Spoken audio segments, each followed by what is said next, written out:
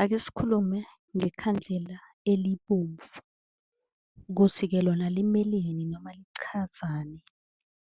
Izothi phela le vidiyo ube-ke usunolwazi oluphelele. Kanti-ke bengicela ukuthi u-subscribe, usilandele lapha ku-TikTok, usi-inbox ucele inamba ka-WhatsApp ozokwazi ukubuza kuyo njalo ekuseni uma unombuzo. Ikhandlela elibomvu liyavika izigadlo, liphindisele kokugadlayo.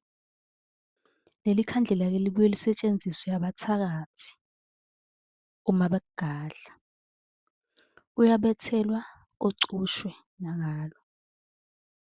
Kanti-ke yikhona ney'thunya ezilisebenzisayo, kakhulu-ke laba abanezikhwama.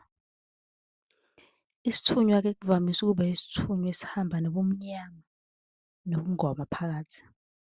Linamandla leli khandlela kuzidalwa, kakhulu-ke kulaba-ke abambethwe imimoya eminingi, umuntu-ke eyedwa.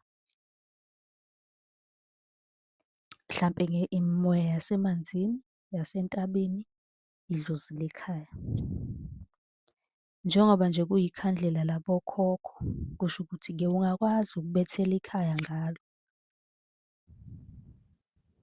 Yabo.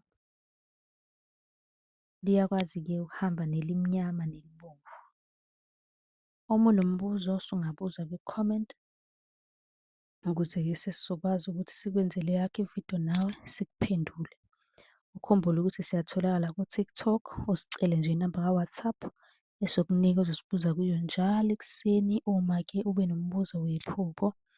Ungakhohlwa uku-subscribe nakhona, usi-follow-we, u-subscribe nangala.